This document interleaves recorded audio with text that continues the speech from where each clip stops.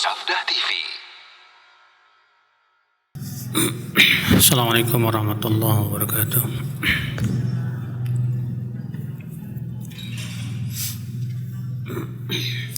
Innal hamdalillah nahmaduhu wa nasta'inuhu wa nastaghfiruh wa na'udzu billahi min shururi anfusina wa min sayyiati a'malina. Man yahdihillahu fala mudilla lahu wa man yudlil fala hadiya lahu. Wa asyhadu an la ilaha illallah wahdahu la syarika lah wa asyhadu anna Muhammadan abduhu wa rasuluh. Qala Allah Ta'ala fi kitabihil karim, ya ayyuhalladzina amanu taqullaha haqqa tuqatih wa la tamutunna illa wa antum muslimun, amma ba'd. Kita lanjutkan Ibu sekalian. Sekarang kaidah ke-9. Al-Qaidah At-Tasi'at wal Arba'un. Kaidah yang ke-49. La yakunu fi kaunillah illa ma yuridu bi iradatihil kauniyah. Tidak akan terjadi dalam kaun Allah, kaun itu artinya alam semesta ciptaan Allah ini, ya, kecuali apa yang Allah inginkan dengan keinginan yang bersifat kauniyah. Artinya Ibu sekalian, semua yang ada di alam semesta, di langit, di bumi, tidak akan ada kecuali dengan kehendak dan keinginan Allah. Namun keinginan Allah ada dua macam, ya. Ada iradah kauniyah qadariyah. Keinginan Allah yang tidak berhubungan dengan cinta dan benci.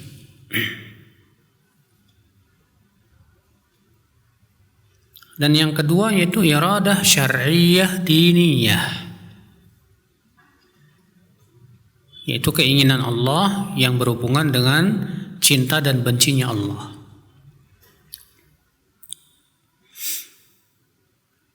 Apa bedanya? Sudah kita sebutkan tadi, bedanya hubungan dengan cinta dan benci.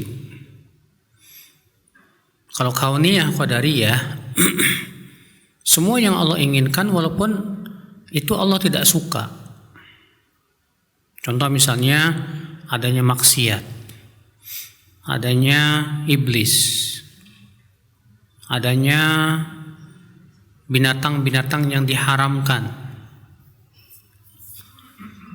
Allah tidak suka itu, tapi Allah menginginkan untuk ada karena adanya hikmah-hikmah yang Allah inginkan. Yang kedua yaitu iradah syar'iyah dan diniyah. Nah, ini yang berhubungan dengan cinta. Allah ingin ditaati. Allah ingin agar manusia menjauhi maksiat. Ya. Nah, kalau iradah kauniyah yang pertama pasti terjadi, Bu. Iradah yang pertama itu iradah kauniyah, ya, yaitu iradah yang tidak berhubungan dengan cinta dan bencinya Allah.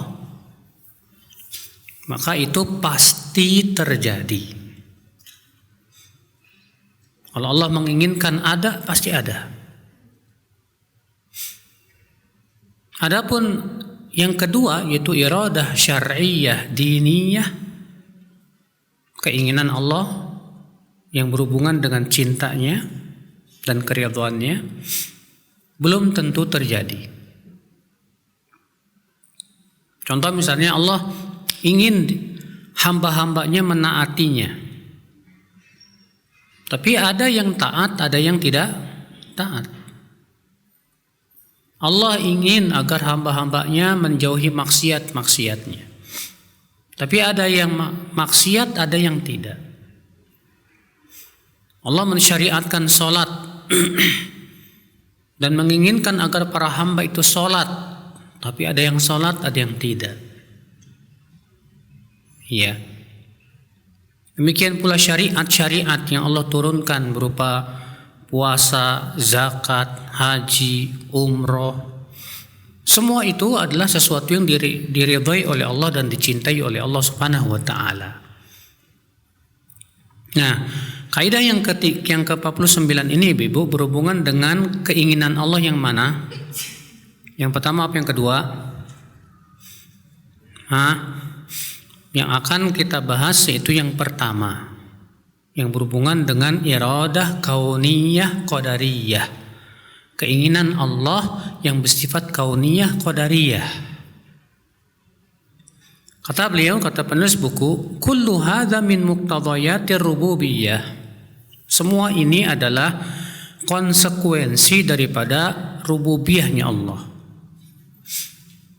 Fajami'u ma tarahu mathilan amama 'ainayka fis samawati wa fil ard mimma huwa mawjudun fi kaunillahi 'azza wa jalla fa innahu yajibu 'alayka an ta'lam annahu lam yujad illa ba'da an adhina Allah fihi kauna. Maka kata beliau, semua yang kamu lihat oleh dua mata kamu itu, ya, baik yang di langit, di bumi, semua yang ada di alam semesta ini, Bu, wajib kita yakini, Bu, bahwa itu semua tidak mungkin ada kecuali dengan izin dari siapa? Allah. Adanya langit. Di dalam langit ada berbagai macam apa? Ya, galaksi. Berbagai macam planet. Ada matahari, ada bulan, ada bintang, dan yang lainnya. Semua ini adalah berhubungan dengan iradah kauniyah, keinginan Allah yang bersifat kauniyah. Ya. Wajib kita yakin itu. Fa kullu mawjudin fala bud an tadkhulahu tahta iratil iradah al-kauniyah. Semua yang ada pasti itu di bawah kehendak Allah, keinginan Allah Subhanahu wa taala.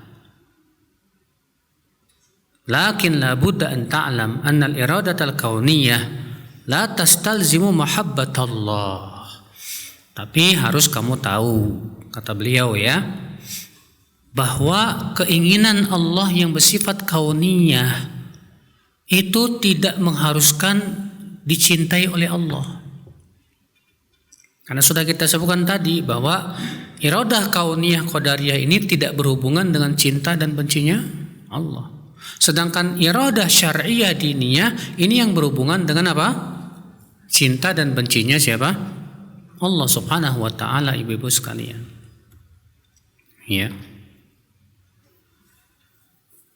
Nah ini ibu-ibu sekalian. Jadi bedakan ya antara iradah kauniyah qadariyah, maka ini pasti terjadi.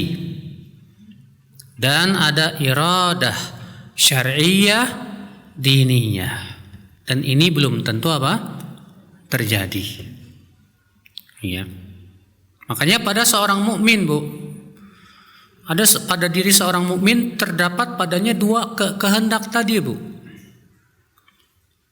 Mukmin yang sholat, yang zakat, yang puasa, dia diinginkan oleh Allah Subhanahu wa taala secara iradah kauniyah sebagai seorang mukmin dan juga sebagai seorang hamba Allah Subhanahu wa taala. Dan secara iradah syar'iyah Allah berikan dia hidayah. Allah berikan pada dia apa? Hidayah. Allah berikan kepada dia kekuatan untuk menaatinya. Allah berikan kepada dia di hatinya rasa cinta kepada ketaatannya. Maka itu iradah syar'iyah diniyah. Ya. Nah, ibu-ibu sekalian. Kata beliau, fa idza kana al-mawjudu fil kaun mimma la yuhibbuhu Allah wa la yardah fa huwa mawjudun bil kauniyati faqat. Kalau yang ada di alam semesta ini, Bu, sesuatu yang tidak disukai oleh Allah dan tidak diridhoi oleh Allah tapi ada, maka ini hubungannya dengan iradah kauniyah qadariyah. Ya. Bukan berhubungan dengan iradah syar'iyah diniyah. Paham Ibu? Adanya dosa masuknya dalam iradah mana Bu? Yang pertama apa yang kedua? Adanya dosa. Adanya dosa itu yang pertama. Karena itu sesuatu yang tidak disukai oleh Allah. Adanya zina. Hubungannya dengan apa? Yaitu iradah kauniyah qadariyah. Tadi ada sedikit kesalahan ya. Saya sebutkan tadi berhubungan dengan cinta dan benci, enggak. Kata bencinya dihapus saja nih. Berhubungan dengan cinta dan ridhonya. Itu yang tidak berhubungan dengan cinta dan ridho Allah, itu namanya iradah apa? Kauniyah. Yang berhubungan dengan cinta dan ridho Allah, itu namanya apa? Syar'iyah diniyah. Paham Bu ya? Baik. Wa idza kana al-mawjudu fi kaunillahi mahbudan lillah. Kalau sesuatu yang ada itu dicintai oleh Allah. Contoh misalnya, Allah menginginkan adanya iman. Iman dicintai oleh Allah tidak Bu? Dicintai oleh Allah. Keberadaan iman itu berhubungan dengan iradah kauniyah. Tapi karena itu dicintai oleh Allah, maka itu masuk dalam iradah syar'iyah diniyah. Iya. Fahuwa kauniyun liwujudihi fil kaun wa syar'iyyun limahabbatillahi lah. Maka dari satu sisi ia masuk dalam iradah kauniyah karena adanya iman tersebut, ya. Tapi berhubungan dengan cinta Allah dan ridhonya karena dia masuk dalam iradah syar'iyah karena berhubungan dengan cinta dan ridho Allah Subhanahu wa taala. Nah, ibu-ibu sekalian, sekarang kita masuk ke kaidah selanjutnya, al-qaidatul khamsun.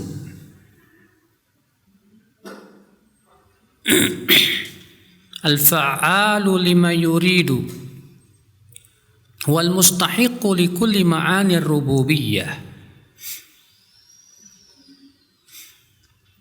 Al-fa'al artinya yang melakukan, lima yuridu apa yang dia inginkan, wal mustahiqu dialah yang berhak untuk mendapatkan semua makna-makna rububiyah.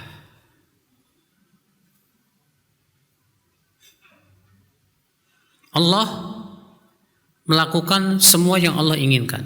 Yang Allah inginkan terjadi pasti terjadi. Yang Allah tidak inginkan terjadi tidak mungkin apa?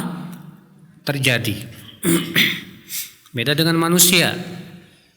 Kalau manusia terkadang menginginkan sesuatu bisa tidak terjadi.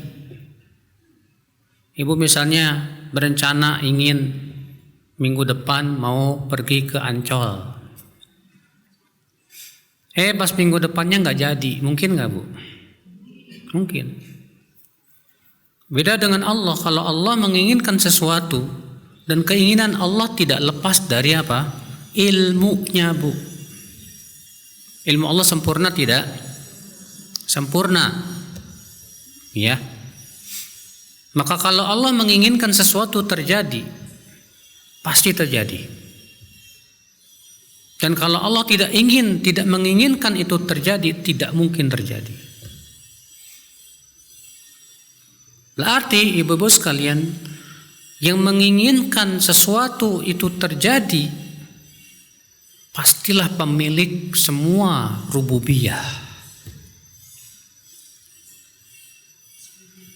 Maka kata beliau, "Falladzi yastahiqqu an yakuna rabban huwa alladzi yaf'alu ma yuridu min ghairi akhdhi izmin min ahadin wala musyawarati ahadin." Maka yang berhak untuk menjadi Tuhan, menjadi Rob, yaitu yang melakukan apa yang dia inginkan tanpa harus minta izin dulu sama siapapun. Kalau manusia tidak akan mungkin melakukan kecuali dengan seizin siapa? Allah. Siapapun yang berencana makhluk ini, kalau Allah tidak izinkan terjadi, tidak mungkin terjadi. Sedangkan Allah tidak diikat oleh izin siapapun. Iya. Makanya Allah berfirman dalam surat Hud, fa'alul lima yurid. Allah berbuat sesuai dengan apa yang Allah kehendaki, Allah keinginkan. Dan Allah tidak boleh ditanya tentang perbuatannya, Bu. La yus'alu amma yaf'alu wa hum yus'alun. Allah tidak boleh ditanya tentang apa yang Allah lakukan, dan merekalah yang ditanya. Kenapa Allah tidak boleh ditanya tentang perbuatannya, Bu? Ada yang bisa jawab? Sudah pernah kita jelaskan itu. Kenapa Allah tidak boleh ditanya tentang perbuatannya? Kenapa Allah menyesatkan si Anu? Kenapa Allah menjadikan si fulan kafir dan yang lainnya? Kenapa Allah menciptakan ini dan itu? Allah tidak boleh ditanya perbuatannya. Kenapa? Karena ilmu Allah sempurna. Maka karena Allah ilmunya sempurna, konsekuensinya apa, Bu? Yang pertama, nggak mungkin Allah zalim. Yang kedua, pasti memiliki hikmah di baliknya. Ya, manusia aja, Bu. Kita aja nih seringkali ngomong gini, wah kalau Ustadz Fulan mah nggak usah tanya deh. Insya Allah orangnya terpercaya. Nggak usah tanya. Kenapa nggak usah tanya? Karena saking orangnya apa? Amanah, terpercaya. Sehingga kita nggak perlu lagi pertanyakan keamanahannya gitu loh. Sama halnya dengan Allah. Allah, ya siapa yang meragukan akan ilmunya kecuali orang kafir saja. Siapa yang meragukan akan keadilannya dan hikmah-hikmahnya yang agung? Karena ilmu Allah sangat sempurna, tidak ada padanya kekurangan sedikit pun. Maka nggak boleh kita nanya. Kenapa? Karena pasti Allah melakukan perbuatan itu dengan hikmah, dengan ilmu, dengan keadilan. Pasti itu. Walaupun terkadang kita tidak paham. Karena manusia hanya diberikan ilmu hanya sedikit saja. Ya, cuman kan terkadang kita suka nanya, kenapa sih di Palestina anak-anak dibiarkan dibunuh sebegitu saja? Kenapa Allah nggak segera menurunkan pertolongannya? Ya, kita terkadang bertanya-tanya, kenapa Allah tidak langsung menghancurkan orang Yahudi itu, orang-orang Zionis itu? Tapi Allah membiarkan kaum muslimin dibunuhin. Ya. Nah ini namanya, Bu, mempertanyakan tentang perbuatan Allah. Terus gimana dong? Kita katakan Allah yang maha tahu. Allah yang maha tahu. Ilmu Allah sempurna. Hanya Allah yang maha tahu tentang hikmah-hikmah di balik itu semua. Iya. Bukan berarti kemudian kita berlepas diri ya. Kita tidak berdoa, enggak. Kita tidak membantu ya saudara-saudara kita di Gaza. Ya jelas kita wajib bantu. Cuman terkadang begitu ada pikiran suka muncul di pikiran gitu. Iya. Kenapa Allah tidak segera menurunkan pertolongannya? Kenapa dan kenapa? Maka kita katakan, akhi, Allah pasti menolong orang-orang yang dizolimi. Itu sudah janji Allah. Gak mungkin orang yang dizolimi tidak ditolong oleh Allah. Allah pasti tolong. Dan orang yang zolim pasti Allah berikan balasan, cepat ataupun lambat. Pasti itu. Tapi soal waktunya jangan kamu paksa Allah mengikuti keinginan kita. Serahkan semuanya kepada Allah Subhanahu wa ta'ala. Sambil kita terus berdoa, ya Allah tolong mereka, ya Allah tolong mereka. Nah ini ibu sekalian, paham gak, Bu? Ya. Kaidah yang ke-51, al-qaidatul wahidatu wal khamsun. Af'alur rabbi fi khalqihi in kanat kama yuriduna fawajibuha syukru wa in kanat fi ghairi ma yuriduna fawajibuha sabru. Perbuatan-perbuatan Allah pada makhluk-makhluknya, kalau perbuatan Allah itu sesuai dengan keinginan makhluk, maka kewajiban makhluk adalah bersyukur. Dan jika perbuatan Allah itu tidak sesuai dengan keinginan makhluk, maka kewajiban makhluk adalah bersabar. Kewajiban makhluk adalah apa? Bersabar. Apa sih yang diinginkan oleh makhluk, Bu? Kalau Ibu maunya takdirnya kayak gimana, Bu? Ya enak lah Ustadz, duit banyak, anak-anak soleh, punya mobil, rumah megah. Dan ternyata Allah berikan kepada ibu, Allah takdirkan ibu dapat semua itu. Maka kewajiban ibu apa? Bersyukur, jangan kufur. Tapi terkadang perbuatan Allah tidak sesuai dengan keinginan kita. Kita pengennya sehat, ya. Kita pengennya kaya, qadarullah. Allah berikan kepada kita rezeki yang sempit, badan sakit-sakitan. Berarti ini perbuatan Allah yang tidak sesuai dengan kita yang kita inginkan. Maka kewajiban kita apa? Sabar. Iya. Dan yakin, Bu, bahwa Allah tidak mungkin menzolimi siapa? Hamba-hambanya. Gak mungkin. Allah tidak zalim. Allah maha adil. Iya. Allah maha kasih sayang. Tapi kan yang namanya kasih sayang gak harus dikasih kesenangan terus, Bu. Ibu kalau sayang sama anak nih, sama ibu dimanjain terus. Ya. Hal seperti ini malah tidak baik, Bu, terkadang. Sehingga si anak tumbuh jadi anak yang manja. Tidak bisa apa? Mandiri. Sehingga akhirnya sangat bergantung sama siapa? Orang tua. Kasihan udah gede, dia nggak bisa mandiri. Ya. Terkadang Allah Subhanahu wa taala menyayangi hambanya dengan cara apa? Menyusahkan dia. Supaya apa? Dengan kesusahan itu si hamba tidak tertipu dengan kehidupan dunia. Dengan kesusahan itu si hamba, ibu-ibu sekalian, yang menjadi hamba-hamba yang diangkat derajatnya di sisi Allah Subhanahu wa taala yang tinggi. Ya. Makanya Rasulullah SAW bersabda, "Ajaban li amril mu'min, inna amrahu kullahu khair, in asabatu sarra syakar, fakana khairan lah, wa in asabatu dharra sabar, fakana khairan lah, walaysa dzalika li ahadin illa lil mu'min." Sungguh mengagumkan, kata Rasulullah, mengagumkan urusan seorang mukmin itu. Urusan mukmin itu semuanya baik, kata Rasulullah. Jika ia ditimpa kesenangan, diberikan kesenangan, dia bersyukur. Maka itu kebaikan buat dia. Bersyukur itu dengan cara apa, Bu? Menggunakan nikmat itu untuk menaati Allah. Kalau ia ditimpa kesusahan, ia bersabar. Sabar itu, Bu, ya, hatinya tidak marah-marah sama Allah. Menyerahkan dirinya kepada siapa? Allah. Adapun sabar, mulut diam tapi hati kesal.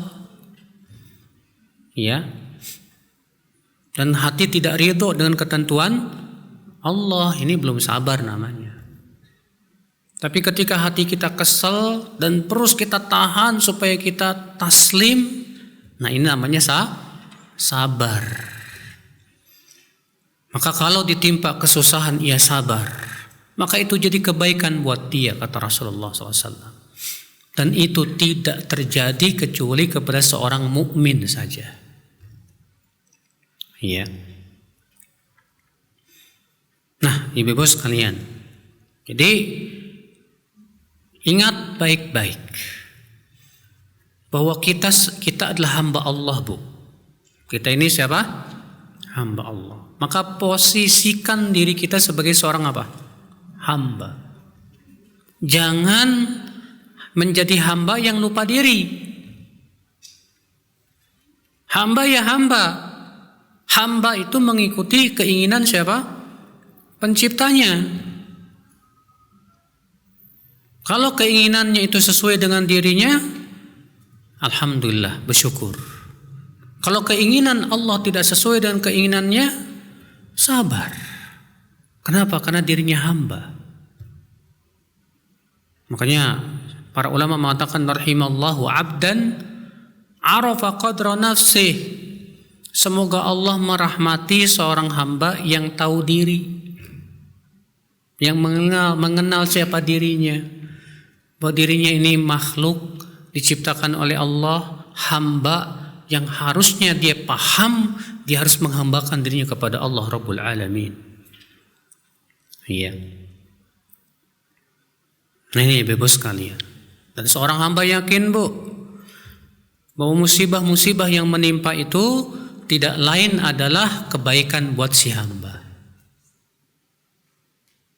Kenapa Allah berikan kepada kita musibah? Pasti ada hikmah-hikmahnya, Bu. Di antaranya untuk mengukurkan dosa, di antaranya untuk mengangkat derajat, di antaranya juga supaya kita tidak tertipu oleh dunia, supaya kita jadikan pelajaran dalam hidup kita. Itu musibah bagi orang mukmin itu jadi sebuah pelajaran besar, Bu. Tapi bagi orang yang tidak beriman, musibah itu tidak jadi pelajaran. Ya. Kita masuk ke kaidah yang ke-52.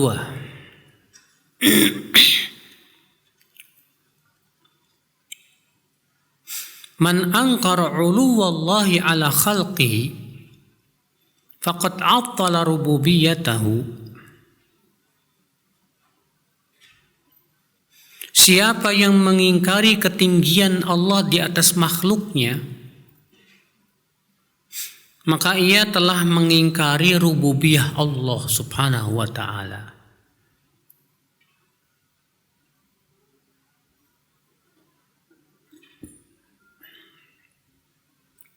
Siapa yang mengingkari ketinggian Allah di atas makhluknya, berarti dia telah mengingkari rububiyahnya Allah Subhanahu wa ta'ala.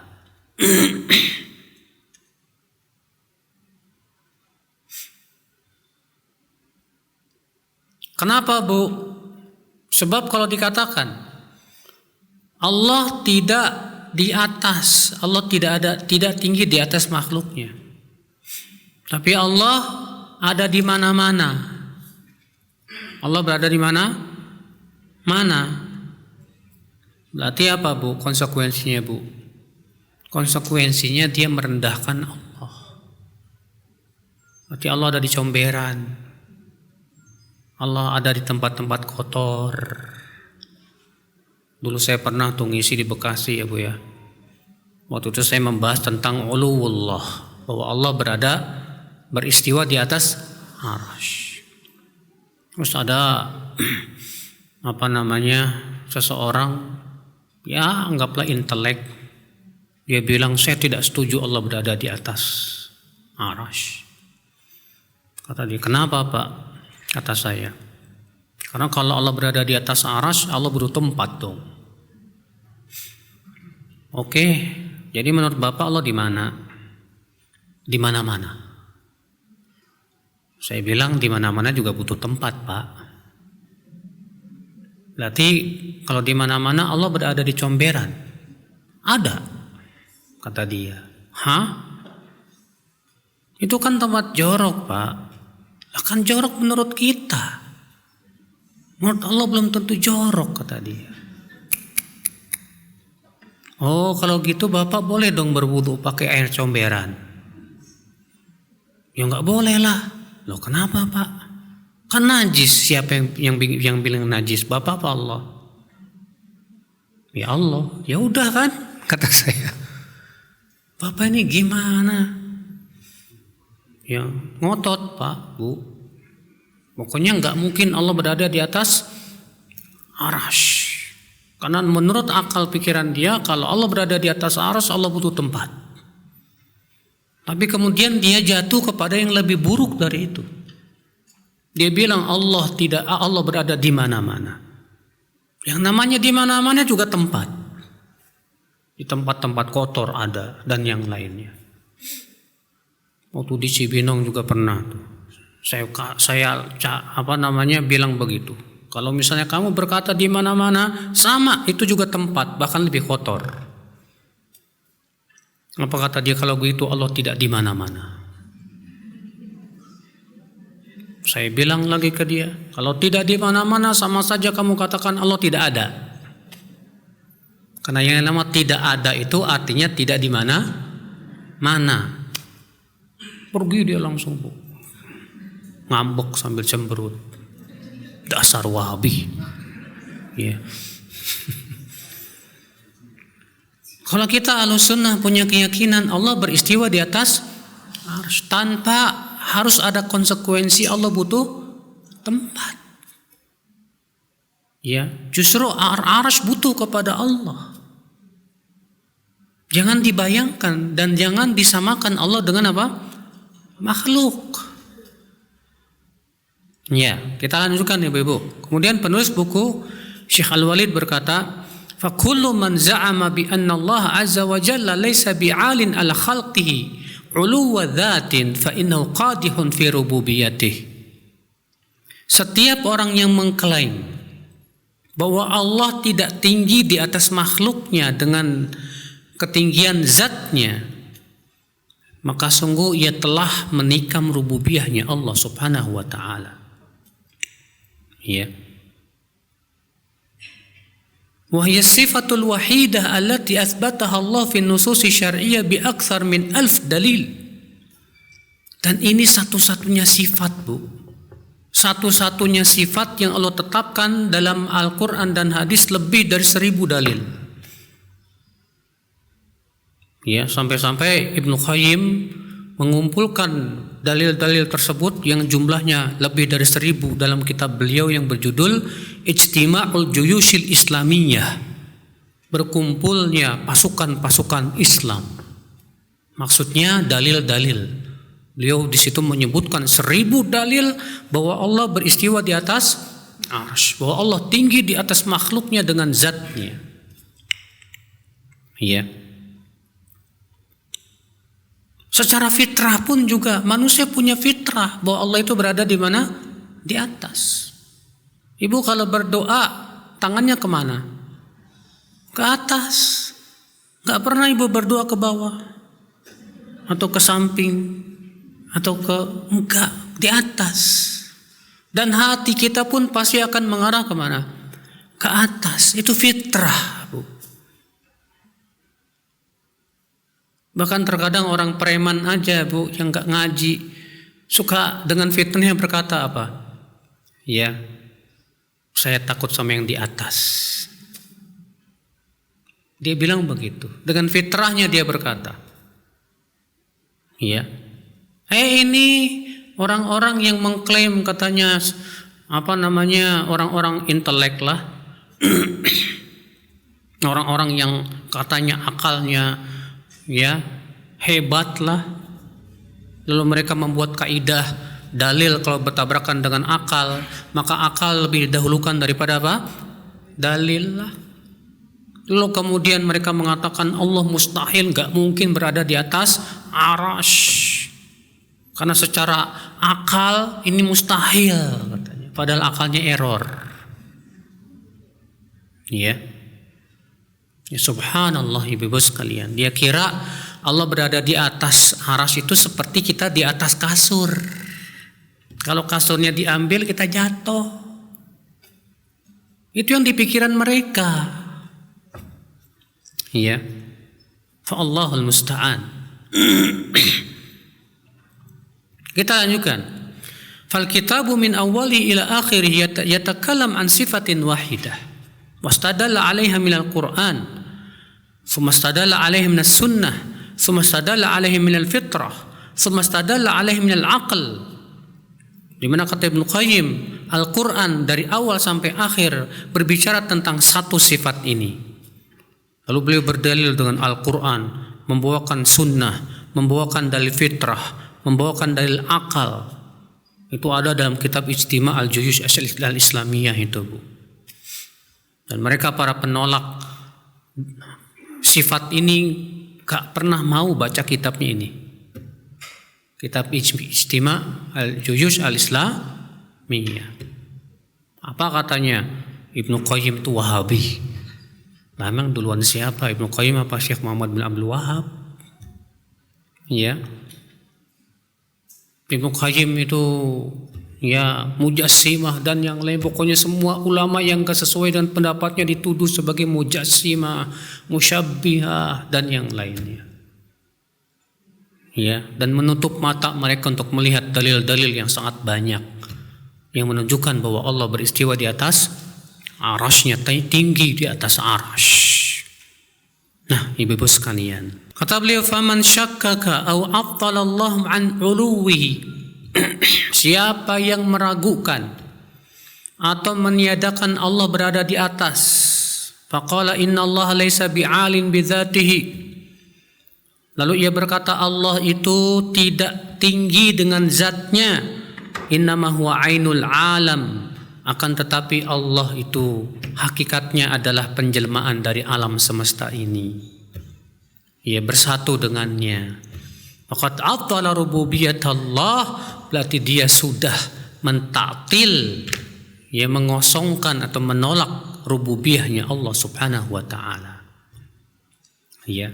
Wadzalika liwujubil mubayanati baina dzatil khaliq wa dzatil makhluk. Karena tidak mungkin zat Allah dengan zat makhluk itu bersatu. Pastilah zat Allah berpisah dengan zat makhluk. Kalau Allah berada dalam alam semesta, berarti Allah bersatu dengan apa? Makhluk. Ya. Fanu'minu bi anna Allah 'alin bi dzatihi wa la budda min kalimatin bi dzatihi. Dan kita wajib beriman bahwa Allah itu tinggi dengan zatnya, dan harus kita katakan tinggi dengan zatnya karena banyak yang menetapkan atau mengingkari orang yang menetapkan ketinggian Allah, tapi kata mereka bukan tinggi zatnya tapi tinggi kedudukannya. Sedangkan Ahlussunnah mengatakan Allah tinggi kedudukannya dan zatnya, Allah tinggi sifatnya. Ya. Nah, ini ibu-ibu sekalian. Makanya Imam Malik pernah ditanya, Bu, tentang firman Allah Ar-Rahman 'alal arsyis tawa. Ar-Rahman beristiwa di atas arasy. Apa kata si penanya? Kaifastawa? Bagaimana cara istiwanya? Apakah duduk atau sila, nongkrong atau gimana? Apa kata Imam Malik nih? Jawaban Imam Malik ini kaidah yang agung. Kata beliau, al-istiwa'u ma'lum. Makna istiwa sudah diketahui maknanya secara bahasa Arab. Wal kaifu majhul. Cara istiwanya bagaimana tidak tahu, kita tidak tahu. Wal imanu bihi wajib, dan mengimani bahwa Allah beristiwa di atas arasy wajib. Wassu'alu anhu bid'atun, dan mempertanyakan bagaimana cara Allah beristiwa itu bid'ah. Tuh, lihat ibu-ibu sekalian, ini kaidah luar biasa yang disebutkan Imam Malik itu. Sangat-sangat yang sahih kepada beliau. Ya. Jadi ketika kita mengimani sifat Allah, kita imani secara maknanya sesuai dengan bahasa Arab. Caranya bagaimana? Hanya Allah yang Maha tahu. Mengimani sifat tersebut wajib. Kalau ada dalilnya dari Al-Quran dan hadis. Mempertanyakan bagaimana caranya haram, nggak boleh. Demikian semua sifat. Allah berfirman, bal yadahu mabsuutatan, justru dua tangan Allah terbuka. Allah menetapkan dalam ayat ini Allah punya dua tangan. Makna dua tangan dalam Al-Quran maklum, paham semua orang Arab. Bagaimana bentuk tangannya hanya Allah yang maha. Mengimani bahwa Allah punya dua tangan wajib. Dan mempertanyakan bagaimana bentuk tangan Allah haram. Nah, mereka ibu banyak yang menolak Allah punya dua tangan. Apa katanya bu? Dia pikir pakai otaknya tuh. Kalau Allah punya dua tangan berarti Allah terdiri dari anggota tubuh yang saling membutuhkan dong. Dia pikir kayak orang. Kalau punya dua tangan kan tangan butuh buat tempat nempel gitu kan. Daripada anggota tubuh. Itu otaknya ke orang gitu Pak. Kata dia kalau Allah punya dua tangan berarti Allah terdiri dari anggota tubuh dong yang saling membutuhkan. Kita katakan ya subhanallah.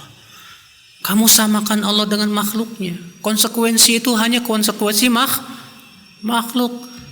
Gak usah kamu pertanyakan seperti itu, cukup imani saja. Nah, mereka yang menolak sifat tangan bu berusaha untuk apa bu? Memalingkan, menafsirkan makna sesuai dengan keinginan mereka. Kata mereka bal yadahu mabsuutatan. Yang dimaksud dengan yad di sini kata mereka kekuasaan. Dibantah oleh Ahlussunnah. Mas, itu bentuknya dua mas. Yadahu itu kan mutsanna. Masa kekuasaan Allah dua? Lalu mereka berkata lagi, oh enggak, yang dimaksud yaitu nikmat. Di situ bentuknya dua, mutsanna. Masa nikmat Allah cuma dua? Bentuknya saja menolak semua penafsiran-penafsiran mereka itu. Takwil-takwil tersebut. Ya. Allah menyebutkan justru dua tangan Allah terbuka. Iya. Tetap aja nggak mau terima. Nggak mungkin Allah punya tangan. Orang Allah yang ngasih tahu, lalu kita tolak pakai akal. Lalu Allah kita sifati sesuai dengan akal kita. Sekarang pertanyaannya siapa yang lebih tahu? Allah atau ente? Manusia nggak tahu. Kewajiban kita beriman dengan apa yang Allah beritahu kepada kita tentang sifat-sifat Allah Subhanahu wa taala. Subhanallah ibu-ibu sekalian. Berapa banyak sifat Allah ditolak hanya karena katanya tidak masuk di akal. Iya. Dan anehnya bu, mereka menetapkan Allah punya sifat 20 wajib. Wujud, qidam, baqa, mukhalafatul lil hawadisi. Di antaranya apa? Sami'un, basirun, mendengar dan melihat. Kita katakan, namanya mendengar melihat juga sifat makhluk mas. Apa kata dia? Oh, kami menetapkan mendengar dan melihat itu tidak seperti mendengar dan melihatnya makhluk. Akan tetapi mendengar dan melihatnya sesuai dengan keagungan Allah. Ya kalau begitu tetapkan seluruh sifat Allah seperti itu. Oh nggak bisa. Ini yang menurut kami masuk di akal. Kalau ini nggak masuk di akal, akal ente error. Seenaknya pakai akal. Masalah sifat itu masalah gaib. Hanya Allah yang maha tahu. Tetapkan. Ya dengan keimanan kita kepada Allah Subhanahu wa taala. Iya. Nah ini ibu sekalian bu. Baik, itu pembahasan lebih panjang lagi insya Allah ketika kita membahas kaidah-kaidah yang berhubungan dengan tauhid asma was sifat. Karena sekarang kita masih membahas tentang kaidah-kaidah yang berhubungan dengan tauhid rububiyah dulu. Setelah rububiyah baru uluhiyah. Setelah uluhiyah baru asma was sifat. Ya. Sekarang kita masuk ke kaidah yang ke-53. Al-qaidatu tsalitsatu wal khamsun. Man 'attala Allah an umumi ilmihi faqad 'attala rububiyyatah. Siapa yang menolak ilmu Allah yang mencakup segala sesuatu, berarti dia sudah menolak rububiyahnya Allah Subhanahu wa taala. Iya. Sebelum membahas kaidah yang ke-53 ini, Bu. Ibu pernah dengar enggak, Bu? Akidah manunggaling. Hah? Manunggaling itu apa sih? Bahwa Allah bersatu dengan apa? Makhluk. Ini akidah ini, Bu. Allah bersatu dengan makhluk ini akibat menolak Allah berada di atas arasy. Sebab kalau kita meyakini Allah berada di atas arasy, ya, berpisah dengan makhluknya, akidah ini hancur. Akidah ini apa? Hancur. Ketika muncul orang-orang sufi, kalau di Indonesia yang membawa keyakinan ini Syekh Siti Jenar, ya, dia yang membawa keyakinan hululiyah. Dan hululiyahnya dia, hululiyah Ibnu Arabi, yang meyakini bahwa semua yang ada di langit dan di bumi ini penjelmaan dari Allah. Kalau ibu melihat pohon, itulah Allah, kata mereka. Karena keyakinan Allah berada di mana? Mana? Berarti Allah berada di dalam pohon. Allah berada di dalam apa? Makhluk semuanya. Akhirnya apa kata mereka?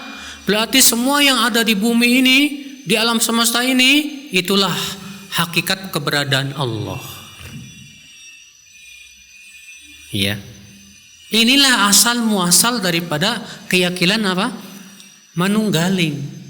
Itu akibat menolak Allah beristiwa di atas arasy. Ya. Nah, dari akidah manunggaling ini, Bu, bahayanya luar biasa. Apa, Bu?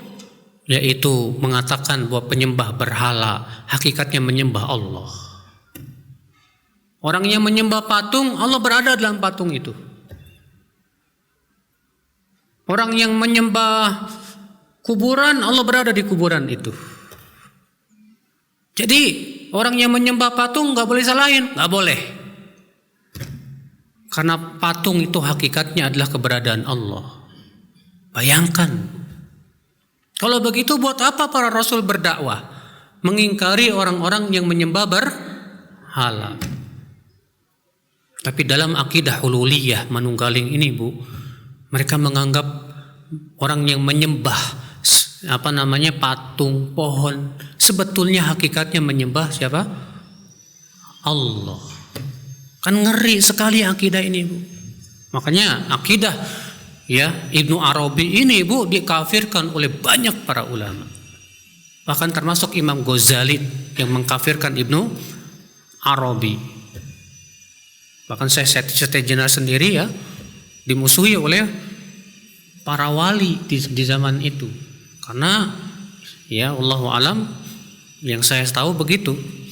Karena apa? Keyakinannya dia yang sesat seperti itu. Iya. Nah, ini Ibu-ibu dan Bapak sekalian. Baik, kita lanjutkan kaidah yang ke-53.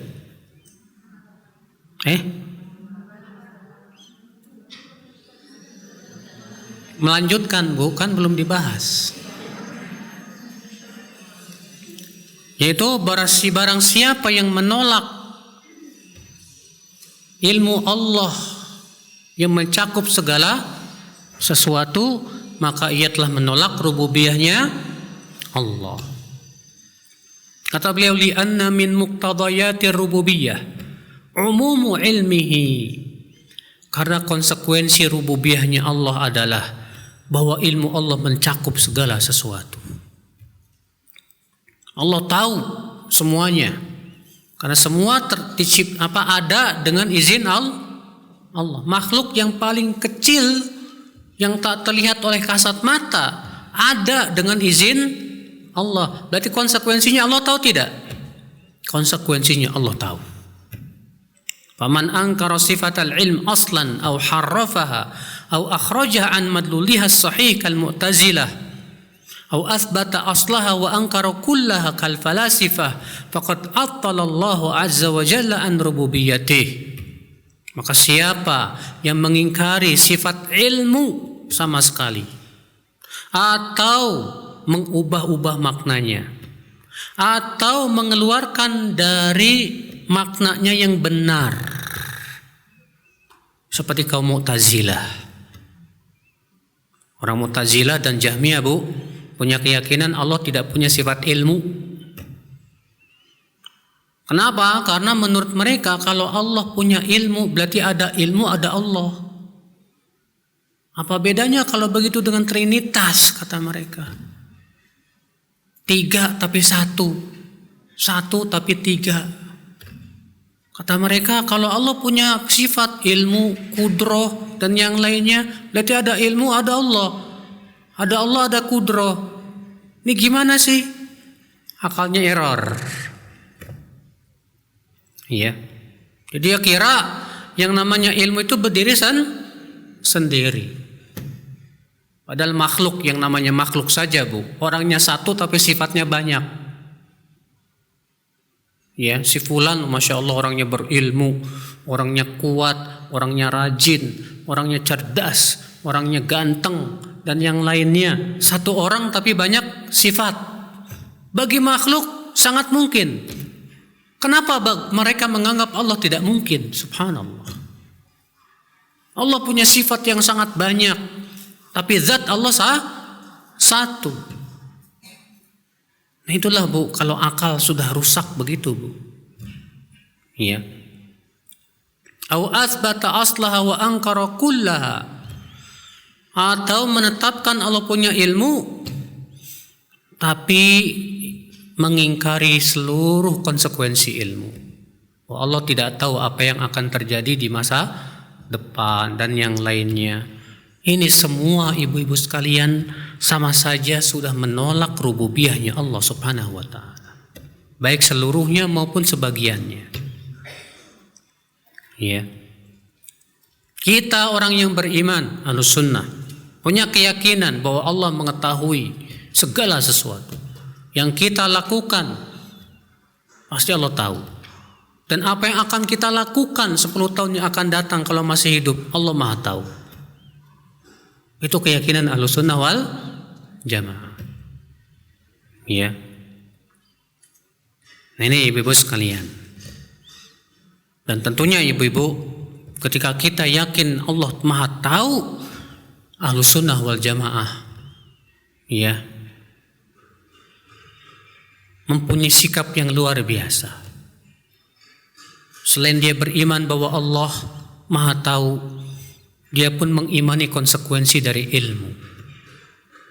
Itu bahwasanya Allah mengetahui perbuatan-perbuatan dirinya.